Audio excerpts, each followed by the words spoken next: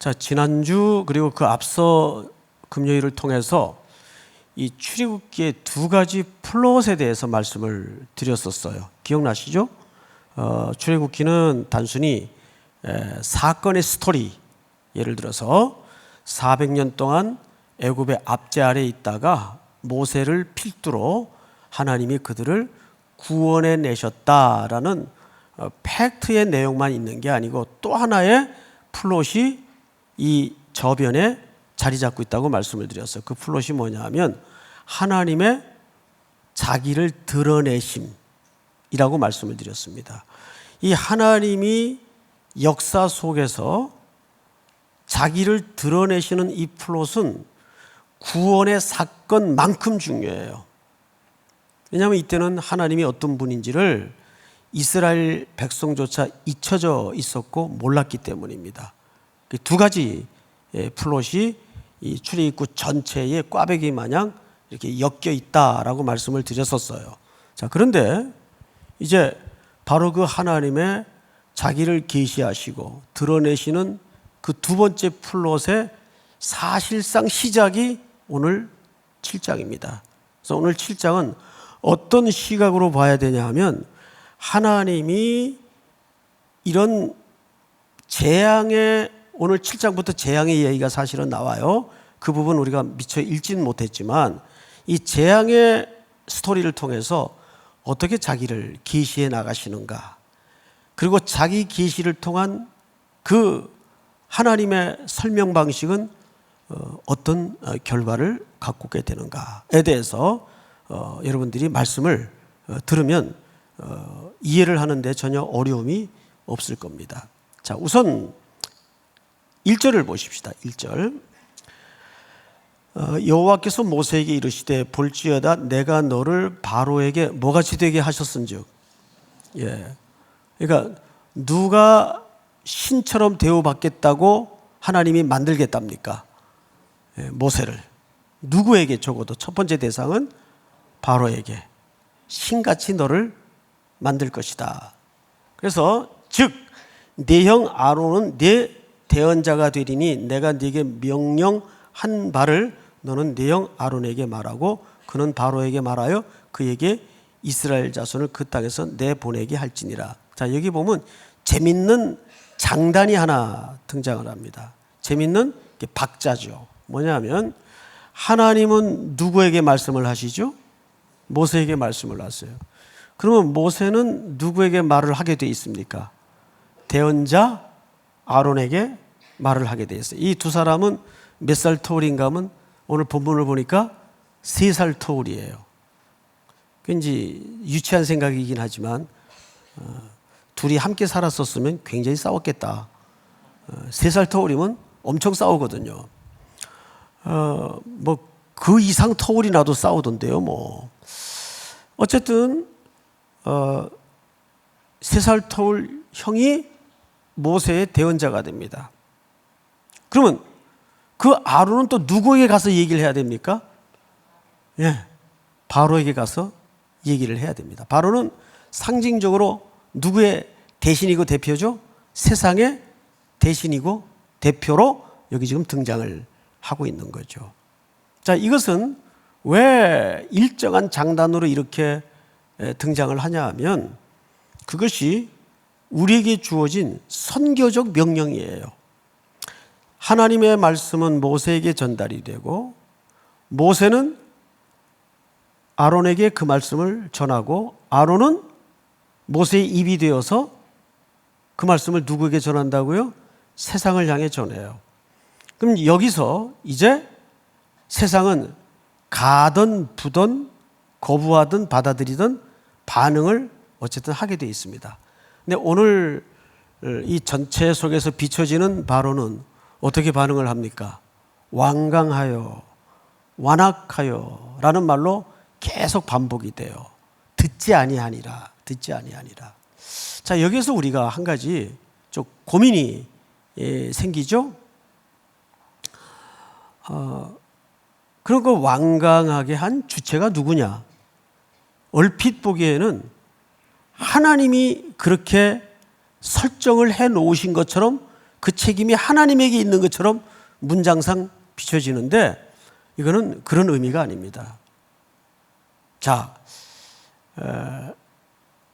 아주 간단한 예로 이런 거죠. 다 죽었는데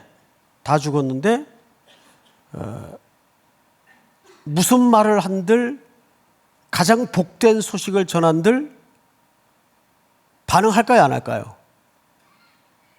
반응 안 하잖아요. 우리 5장 2절에서 봤죠? 여호와가 누군데? 그는 영적인 무지를 그대로 대변해 주는 아주 중요한 문장입니다.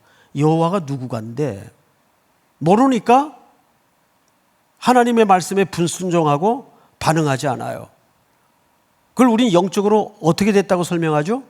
죽었다라고 설명을 해요. 그럼 우리는 어떻게 반응을 하게 돼 있습니까?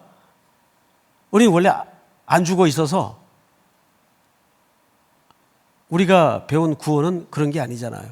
하나님이 무조건적으로 우리를 사랑하셔서, 우리를 택하시고 사랑하셔서 우리를 어린 양의 공로로 일으키시고 살려놓으신 다음에 그 살아난 영적인 은혜의 감각을 통해서 우리가 하나님 앞에 지금 뭐 하고 있죠? 반응하고 있는 거예요. 이게 정확한, 그러니까 완강하여라는 말은 하나님이 그렇게 만들어 놓고 이런 의미가 아니라 원래대로 내버려 두니까 그 뜻이에요.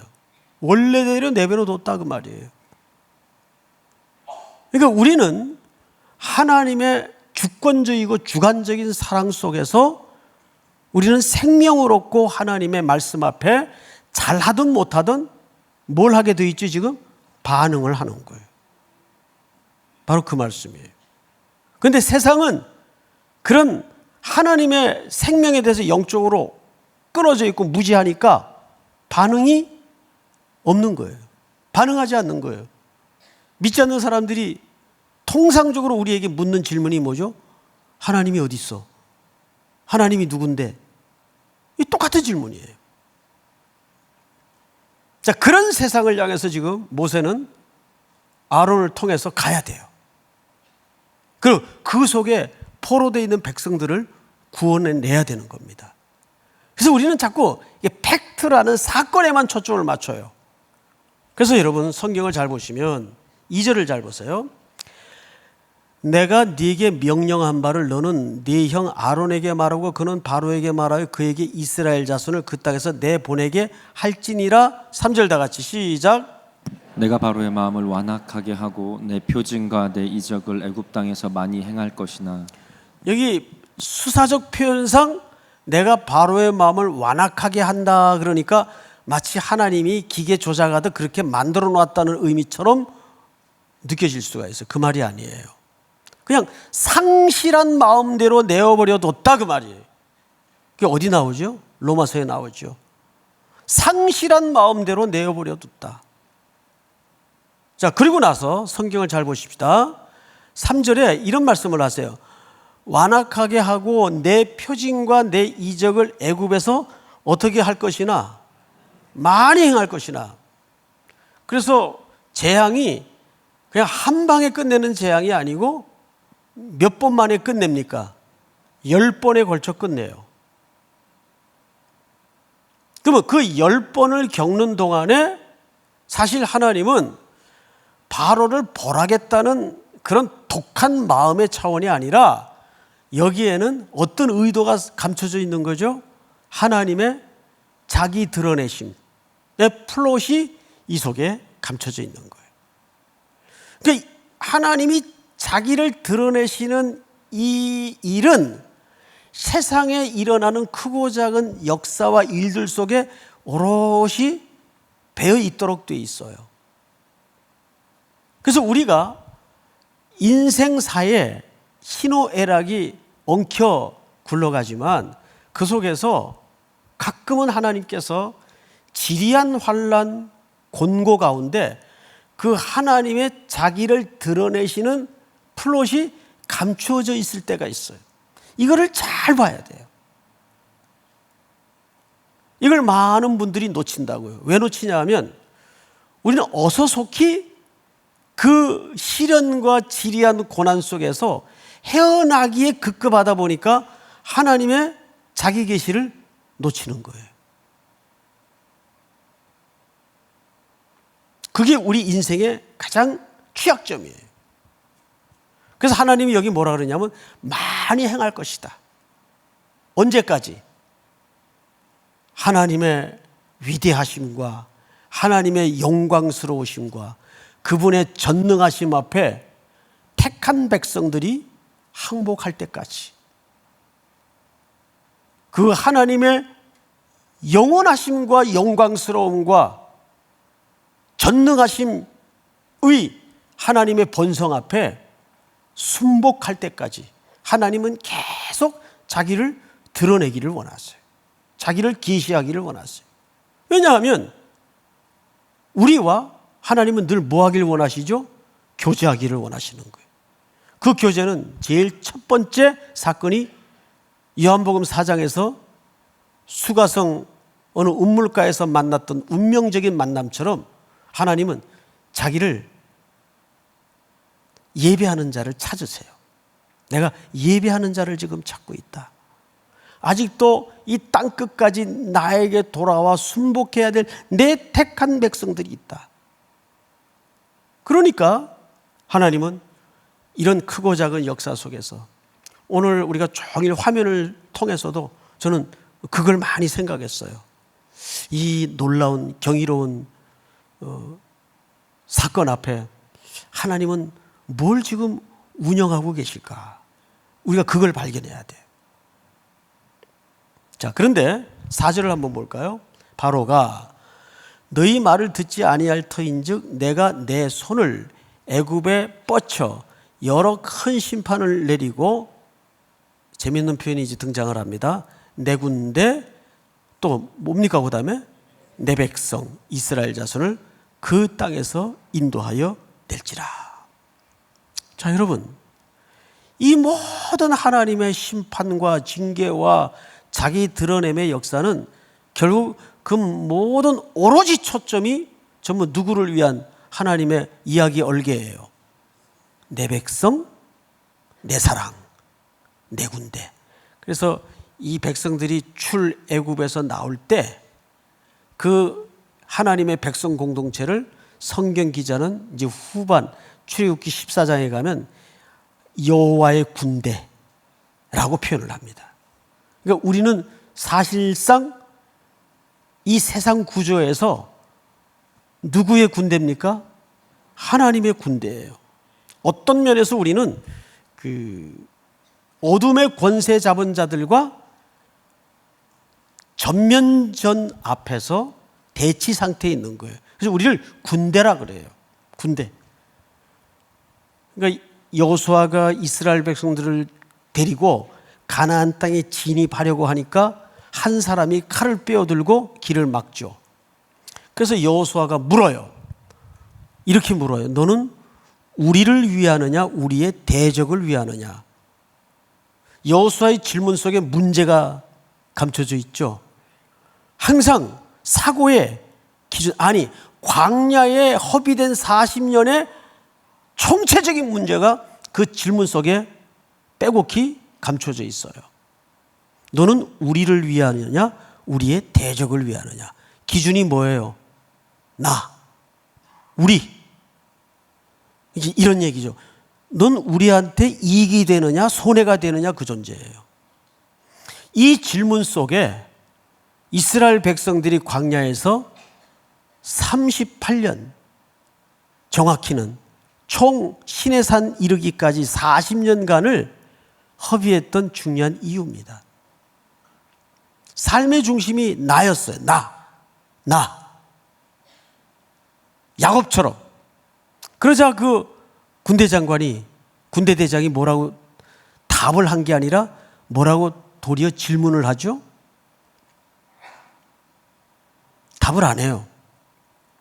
그 여호수아 5장을 잘 보시면 아니라 나는 여호와의 군대 대장으로 왔느니라. 질문을 한 게 아니라 다른 답을 해요.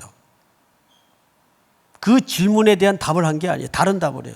나는 여호와의 군대 대장으로 이제 왔느니라.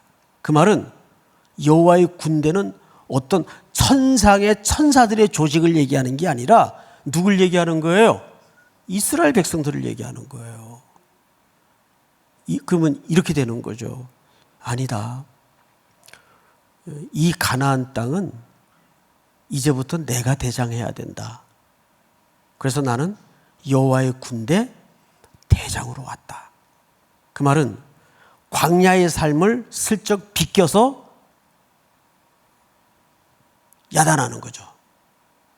광야에서는 너희들이 주인이 되어서 필요할 때만 나를 불러다가 써먹었는지는 몰라도 적어도 가나안 땅은 나의 명령 아래 복종해서 내가 대장 노릇하는 땅이다. 내 발에 신을 벗으라. 네가 선 곳은 거룩한 곳이다. 거룩한 것이라는 말은 무슨 말이에요? 그 지역만 거룩하다는 의미일까요? 그게 아니라 거룩하다는 말은 여기는 구별된 땅이다 그 말이에요. 우리 하나님의 백성들이 머무는 삶의 자리는 모두 구별된 곳입니다. 그럼 그 땅은 어떻게 살아야 되는 삶의 원리에 적용이 돼야 될까요? 하나님께 순종하는 땅입니다. 그 말을 얘기하는 거예요. 지금 하나님께서 이 애굽 안의 심판을 통해서 정작 마지막에 하나님이 열매 맺고자 하는 목적은 내 백성, 내 사랑, 내 군대를 위함이다. 그들을 내가 이끌어낼 것이다. 자, 성경을 이제 보십시다. 5절 다 같이 한번 읽겠습니다. 시작. 내가 내 손을 애굽 위에 펴서 이스라엘 자손을 그 땅에서 인도하여 낼 때야 애굽 사람이 나를 여호와인 줄 알리라 하시매. 이 말이 얼마나 큰 모순이 의도적으로 감춰져 있는지 아세요? 여러분 생각을 해보세요. 5절을 잘 보시면 내가 내 손을 애굽 위에 펴서 누구를 그 땅에서 인도하여 내죠? 이스라엘 자손을 인도하여 낼 때야 하나님의 하나님 되심을 누가 안다고요? 애굽 사람이. 원래 누가 정작 알아야 되는 겁니까? 그렇죠. 이스라엘이 하나님의 하나님 되심을 알아야 되는 거 아니에요? 논리적이라면 이 문장이. 그런데 하나님은 첫 번째 누구에게 자신을 드러내시겠다는 거예요? 세상 앞에. 첫째는 바로 앞에. 모세로 하여금 바로에게 신이 되겠다라는 말은 그런 뜻입니다. 내가 이 구원의 스토리를 통해서 첫째, 바로에게 나를 계시할 것이다. 두 번째, 애굽 사람들이 내가 여호와인 줄 알게 될 것이다. 마지막 세 번째는 누굴까요? 그때서야 이스라엘 백성들이 바로가 굴복을 하고 애굽 땅이 심판을 받는 걸 보고서야 이스라엘 백성들이 어떻게 하겠다는 겁니까? 하나님 앞에 마음을 돌이키겠다 그 말이에요. 그러니까 최종적인 하나님의 의도적 목적지는 어디입니까? 내 백성, 내 군대입니다. 저는 확신해요. 뭘 확신하냐 하면 이 땅에 일어나는 모든 크고 작은 스토리는 결국 하나님의 백성들을 위해서 벌어지는 일들입니다. 우리가 하나님 앞에 돌아올 수 있도록 하나님이 고난의 종을 치시고 고통의 통증으로 온 세상을 울리게 하세요. 확성기로 귀에다 대고 부는 거예요. 소리치는 거예요. 하나님은 택한 백성에게 집요한 관심을 갖고 있어요. My people, 내 백성. 내 백성이 하나님 앞에 순복하고 돌아올 때까지 하나님은 그 하나님의 역사적 열심을 결코 쉬지도 않고 멈추는 법이 없어요. 돌아와라, 돌아와라, 돌아와라. 그 역사의 수많은 언덕을 넘어서 결국 하나님은 그 집요한 사랑을 어떻게 확인시켜 주시던가요? 십자가. 여러분, 십자가는요, 이런 표현이 좀 어울릴까는 모르겠습니다만은 무시무시한 사랑이에요. 자주 전 그런 표현을 써요. 믿어지는데 이해가 안 됩니다. 하나님. 그 십자가의 사랑이 나를 위한 하나님의 행위라고 믿어지는데 정말 이해는 못하겠어요. 왜 날 사랑하시는지.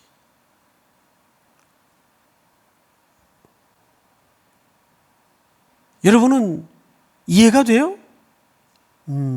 나 사랑할 만하지. 이해가 돼요? 아무리 기도를 해도 이해는 안 돼요. 정말이에요. 뭐 그렇게까지 하실 거 있나? 쓰레기 같은 인생 그냥 버려도 군소리 못할 인생인데. 그런데 독생자 아들을 수천 년 역사를 넘어 선지자들의 입을 통해서 하나님의 약속된 말씀을 통해서 결국 갈보리 언덕에 하나님의 뜻을 세우지 않습니까? 그래서 전쟁에는 D-Day가 있고 V-Day가 있어요. 십자가의 사건은 D-Day예요. Decision Day. 이미 결정된 날이에요. 뭐가? 승리가. 이제 우리는 그 V-Day, 빅토리 데이를 최종적으로 확인할 겁니다. 믿습니까? 우리 그 사이에 지금 끼어 있는 거죠. 우리가 가장 많이 속는 대목이 뭔지 아세요? 마귀의 전공이 뭐예요? 계속 고발하고 참소하는 거예요. 너 틀렸다 그러고, 너 잘못했다 그러고, 넌 내게 모욕값을 줬어 뭐 그러고. 알아듣는 사람은 알아들으세요. 그냥 계속 고발을 해요. 그때 우리가 논리적으로 무너지는 게 아니에요. 뜻밖에도 많은 청년들하고 이렇게 메일을 주고받고 대화를 해보면 청년들이 자기 정서의 감성에 무너져요. 맞아. 난 희망 없어. 지금 몇 번째야. 그래서 그냥 안으로 무너뜨려요. 적이 밖에 있지 않아요. 마귀라는 상대적인 대적은 있지만 그 마귀는 지혜로워서 전면전으로 우리에게 상대로 밀고 들어오는 게 아니라 우리 안에 정서를 무너뜨려요. 그래서 여러분, 성도끼리 하나님께서 제일 그 분쟁을 일으키는 그 건드리는 초점이 감정을 건드리게 합니다. 분노하게 만들고 기분 나쁘게 만들고, 이래서 우리의 감성과 정서를 무너뜨려요. 그래서 깨버립니다. 관계를 깨버리고 하나님과의 관계를 깨버리고 멀어지게 만들고, 뜻밖에도 이런 데 무너져요. 성도들이 무슨 논리적인 데 무너지는 게 아니에요. 보면은 그 신앙인의 정서 관리는 굉장히 중요합니다. 에베소 6장에 하나님의 전신갑주를 취하라는 말은 그게 무슨 다른 얘기가 아니라 우리의 정서 무장을 얘기하는 거예요. 우리가 어떻게 우리의 속사람을 강건하게 만들 것인가. 그래서 영적인 생활에는요, 꼰투 용어로 표현하자면 맷집이 좀 있어야 돼요. 뭐 웬만큼 잠번치가 휙휙 나가 떨어지면 이 험한 세상 못 걸어가요. 그 웬만한 잽에는 그냥 탁 건드려도 모이가 물었나 그러고요, 무시하고 또 지나가는 거예요. 아, 또 개가 짖었구나 하고 또 지나가는 거예요. 그냥 그 일일이 일일비하면 사람은 못 살아요. 예. 자, 그런데 이제 성경을 좀 잘 보십시다. 애굽 사람이 나를 여호와인 줄 알리라 하심에 모세와 아론이 여호와께서 자기들에게 명령하신 대로 행하였더라. 여러분, 이제 우리가, 저는 이제 그 신앙생활에 제일 중요한 게 뭐냐고 누가 제게 묻는다면 저는 서슴없이 가치관이라고 믿어요. 그래서 그 사람이 어떤 신앙의 가치관으로 프레임이 짜여졌냐가 중요한데, 그래서 저는 그 용어 선택이나 단어 표현들이 굉장히 중요하다고 봐요. 단어는 단순한 단어가 아니라, 단순한 명제가 아니라 그 안에 뭘 담아요? 의미를 담고 뜻을 담고, 그게 확대되면, 깊어지면 사상이 되고요. 사상. 그래서 크리스찬의 신앙적 용어 정리는 매우 중요한데, 선이 뭐라고 생각합니까? 기독교적인 선이. 그냥 좋은 사람 되고, 착하게 살고, 그런 것도 넓은 범주에서는 선의 범주로 들어갈 수 있겠죠. 근데 우리는 가장 헷갈리는 게 선에 대해서 헷갈려요. 정말 신앙적으로 옳은 게 뭐냐. 제가 그걸 오늘 명료하게 말씀을 드릴 테니까 한번 생각을 좀 같이 해봤으면 좋겠어요. 기독교적인 옳음이라는 것은 하나님이 하라는 게 옳은 거예요. 제가 언제 그런 말씀을 드렸죠? 하나님은 옳은 일을 하시는 분이 아니라 하나님이 하시는 일이 언제나 옳다. 그게 선의 기준이에요. 사울에게 아말렉을 진멸하라는 헤렘법으로 적용을 해서 명령을 했을 때 사울이 다 죽였어요. 근데 남겨뒀죠. 왜 남겨뒀다고요? 제사 지낼 때 쓰려고. 무슨 생각을 한 거예요? 착한 생각을 한 거예요. 기특한 생각을 한 거예요. 그건 옳은 게 아니에요. 그건 선이 아니에요. 하나님이 하라는 게 선이에요. 믿습니까? 이건 우리 전생에 걸쳐서 굉장히 중요한 가치로 들어와야 돼요. 지금 그 말을 하는 겁니다.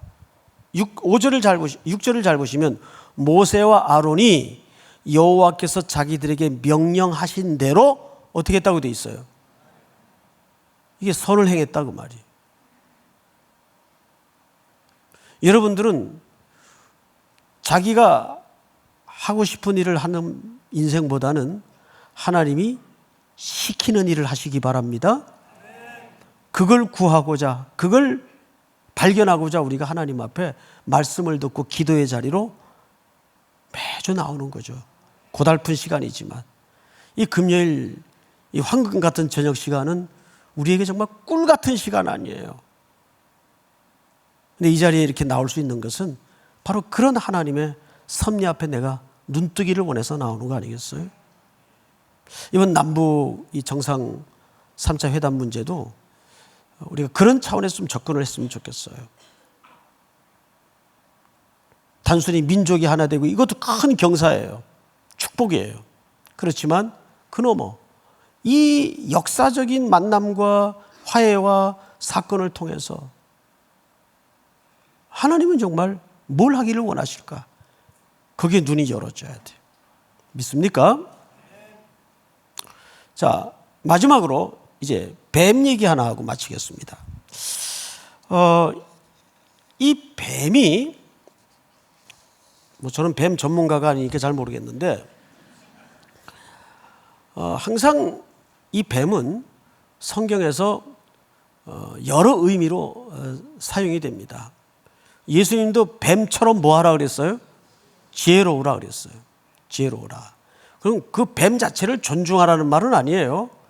뱀이 갖고 있는 어떤 특성을 인용해서 뱀처럼 지혜롭고라는 뜻입니다. 자, 그런데 이 뱀은 사실 애굽의 여러 신 중에 하나예요. 그래서 오늘 성경을 잘 보시면 이렇게 돼 있어요. 8절 여호와께서 모세와 아론에게 말씀하여 이르시되 바로가 너에게 이르기를 너희는 이적을 보이라 하거든 너는 아론에게 말하기를 너의 지팡이를 들어서 바로 앞에 던지라 하라 그것이 뭐가 되리라? 뱀이 되리라. 이 뱀은 계시록에서는 용으로도 소개가 되죠. 또 이사야 27장에서는 이 뱀은 이렇게도 소개가 됩니다. 본문 제가 그냥 읽어드릴 테니까 들어보시기 바랍니다. 그날에 여호와께서 그의 견고하고 크고 강한 칼로 날렘 뱀 리워야단 곧 꼬불꼬불한 뱀 리워야단을 벌하시며 바다에 있는 용을 죽이시라. 용과 뱀은 같은 개념으로 등장을 합니다. 자, 그리고 계시록에도 보면 큰 용이 내쫓기니 옛뱀 곧 마귀라고도 하고 사탄이라고도 하며 온 천하를 꿰는 자라. 그가 땅으로 내쫓기니 그의 사자들도 그와 함께 내쫓기니라. 그리고 창세기 1장 21절에 보면 하나님이 큰 바다 짐승들과 물에서 번성하여 움직이는 모든 생물들을 그 종류대로 날개 있는 모든 새를 그 종류대로 창조하시니 하나님이 보시기에 좋았더라. 자, 하나님이 원래 창조한 세계는 흠이 없고 아름다운 보시기에 좋았던 창조의 질서의 세계였어요. 근데 이 모든 것들을 무너뜨린 것이 바로 이 사탄입니다. 그런데 나일강을 중심으로 애굽에서 섬기는 모든 신들 중에 뱀신이 있어요. 지팡이를 던지니까 그 지팡이가 뱀이 돼요. 그리고 성경을 또 보세요. 그 지팡이가 뱀이 어떻게 되나? 10절 모세와 아론이 바로에게 가서 여호와께서 명령하신 대로 행하여 아론이 바로와 그 신하들 앞에 지팡이를 던지 뱀이 된지라. 바로도 현인들과 마술사들을 부르매 그 애굽 요술사들도 그들의 요술로 그와 같이 행하되 12절 다 같이 시작. 각 사람이 지팡이를 던짐에 뱀이 되었으나 아론의 지팡이가 그들의 지팡이를 삼키니라. 예. 똑같은 기적을 바로의 술사들도 행했어요. 근데 아론의 지팡이가 그들을 어떻게 했죠? 삼켰다고 돼 있어요. 이 말은 이러한 기적을 통해서 하나님이 서서히 자기의 위대하심, 어쨌든 인간들의 이해 속에 바로보다 높고 위대하신 분임을 서서히 계시하시고 드러내시는 사건이에요. 그들이 섬기는 우상을 삼켜버려요. 성경에 보면 그들의 지팡이를 삼키니라. 13절 다 같이 한번 읽을까요? 시작. 완악하여 그들의 말을 듣지 아니하니 여호와의 말씀과 같더라. 네, 여기 완악하다고 돼 있어요. 그리고 14절에 보면 여호와께서 모세에게 이르시되 바로의 마음이 완강하여 백성 보내기를 거절하는도다. 그 상실한 마음대로 내버려 두는 거예요. 자, 이 과정을 통해서 이제 하나님은 10가지 재앙을 이제 본격적으로 시작합니다. 10가지 재앙에 대해서는 우리가 다음에 한 번 더 구체적으로 다루기로 하겠어요. 오늘 우리는 딱 한 가지 제목만 놓고 좀 같이 찬양하고 기도하고 하는 시간을 좀 가졌으면 좋겠어요. 하나님은 이들을 구원해내시는 이 과정 속에서 여러 과정을 겪게 함으로써 뭘 드러내신다고요? 하나님의 자기의 위대하심과 영광을 드러내세요. 근데 그 진짜 목적지는 누구에게 있답니까? 내 백성, 내 군대입니다. 하나님의 백성에게 그 관심이 있을 뿐입니다. 믿습니까? 오늘도 이 하나님의 그 집요한 역사를 뚫고 들어오시는 나를 향하신 사랑 앞에 다시 한번 마음을 쏟고 항복하여 주 앞에 또 여러분들의 모든 기도의 제목도 이 민족도 함께 영광을 돌릴 수 있는 은혜가 있기를 주의 이름으로 축복합니다. 우리 한라에서 백두까지 우리 찬양하십시다. 이 땅의 동과 서 남과 북 찬양하십시다.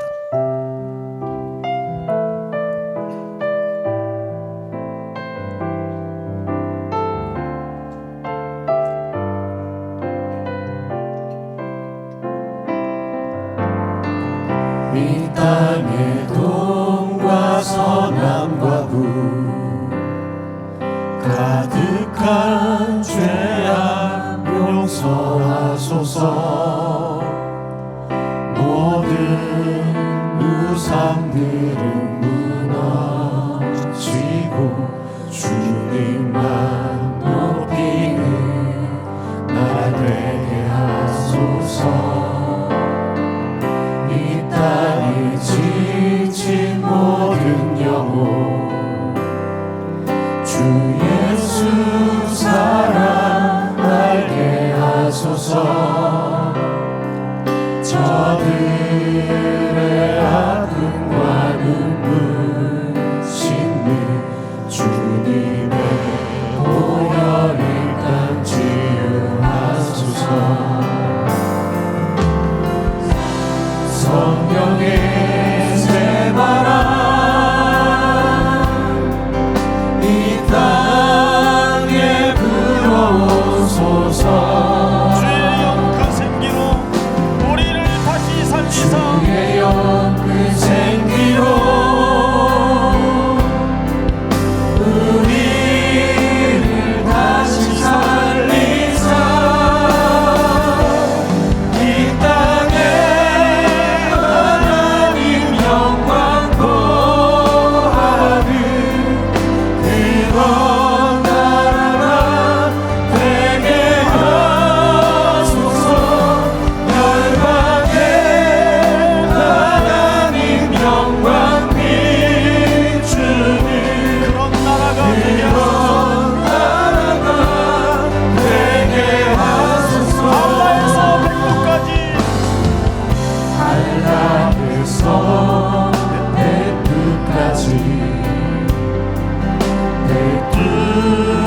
백두에서 땅의 끝까지 주님 오실 길 예비하며 주님 오실 길을 예비하며 주의 마음 섬기는 나라 되게 하소서. 이 땅에 주님 교회 위에 하늘의 생기 부어주소서. 열방을 치유하는 주 백성 주님의 군대를 일으키소서. 치유하는 주 백성 주님의 군대를 일으켜주소서. 성령의 새바람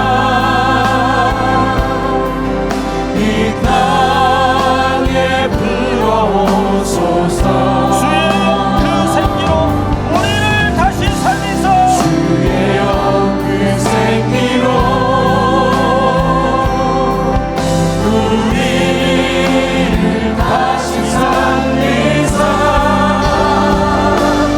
이 땅에 하나님 영광 거하는 그런 나라가 되게 하소서. 되게 하소서.